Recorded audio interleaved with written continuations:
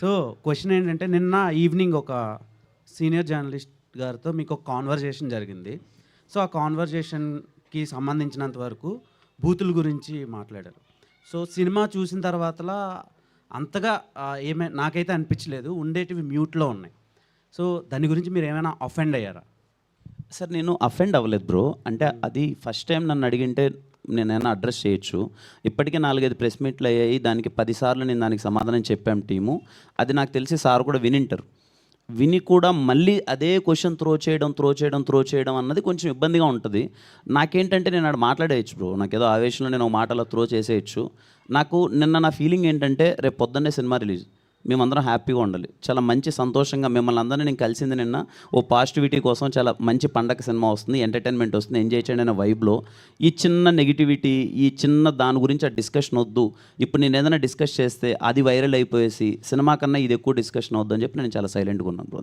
నార్మల్గా సినిమాలో ఏదో కావాలని కామెడీ పెట్టే సినిమాలు కొన్ని ఉన్నాయి. ఈ సినిమాలో ఏంటంటే ఒక పర్టికులర్ కీ పాయింట్ ఒకటి ఉంది. ఒక లేడీస్, ప్రతి ఉమెన్కి సంబంధించిన పాయింట్ అది. అంటే ఆ డిజార్డర్ ప్రతి ఉమెన్లో కనిపిస్తుంది. వాళ్ళు ఫ్రస్ట్రేట్ అయినా, స్ట్రెస్లో ఉన్నా. సో అది నేను ఇప్పుడు స్పాయిల్ చేయదలుచుకోవట్లేదు. అంటే మీరు చేయట్లేదు, అది very thank you so much bro. నాకు తెలిసి ఒక రివ్యూలో ఆల్రెడీ ఆ ప్రాబ్లం అన్నది బయట పెట్టేశారు బ్రో. సో ఆ పర్టికులర్ పాయింట్ని రైజ్ చేయడం నేను నిజంగా ఎక్స్పెక్ట్ చేయలేదు. ఇలాంటి ఎక్స్పెరిమెంటల్ ఫిలిమ్స్ తెలుగులో ఇప్పటి వరకు రాలేదు. ఆ పర్టికులర్ డిజార్డర్ ఏదైతే ఉందో ఆ డిజార్డర్ని బేస్ చేసుకొని ఇండియన్ సినిమాలోనే లేదు. ఫస్ట్ టైం మీరు ఆడియన్స్కి ఎక్స్ప్లోర్ చేయడం, దాని గురించి ఒక అవేర్నెస్ క్రియేట్ చేయడం నిజంగా గ్రేట్ థింగ్ అనిపించింది. Thank you bro. అండ్ యుక్తి గారు, మీ పెర్ఫార్మెన్స్తో చేశారు మాకు ముక్తి. సో ఈ ఫిలిం వరకు మీరు ఫస్ట్ హాఫ్లో ఒకలా ఉంటుంది performance, and coming to second half totally changed. So ఎలా అనిపించింది? ఆడియన్స్ ఓవర్వెల్మింగ్ రెస్పాన్స్ ఎలా అనిపించింది?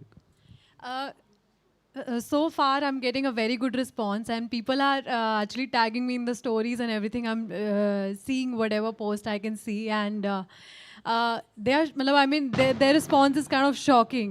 Like they're like, we're shocked to see you like that, because what we see on like in media, like how you are, it's absolutely changed. And I think that's what my like, what do we call it, kind of goal was, that they have to be shocked with the performance. And yes, I'm loving it, loving the response, and waiting for more love. Kiran Abbavaram గారు, sorry to say this, నాకు యుక్తి సినిమాలో మీరు తనని support చేస్తున్నట్టు అనిపించింది.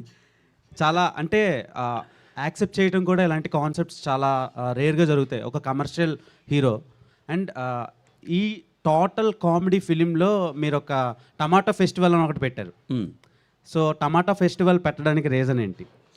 అంటే కొంచెం యాక్చువల్ కథ ప్రకారమే నాని అనుకున్నప్పుడు హీరో, అదే మీకు కథ తెలుసు కదా, హీరో కొంచెం అక్కడ కొన్ని రోజులు కనపడ్డు. అది ఎక్కడో ఓపెన్ చేద్దాం అన్నప్పుడు చిన్న ఫ్రెష్ ఫీల్ ఉంటుంది, ఒక చిన్న వైబింగ్లో అలా ఓపెన్ చేస్తే బాగుంటుందని అలా పెట్టారు. చాలా మాట్లాడాలని ఉంది కానీ స్పాయిల్ చేయాలనిపించట్లేదు. నానిగారు, కంగ్రాట్స్ అండి. Thank you so much bro. Thank you నానిగారు.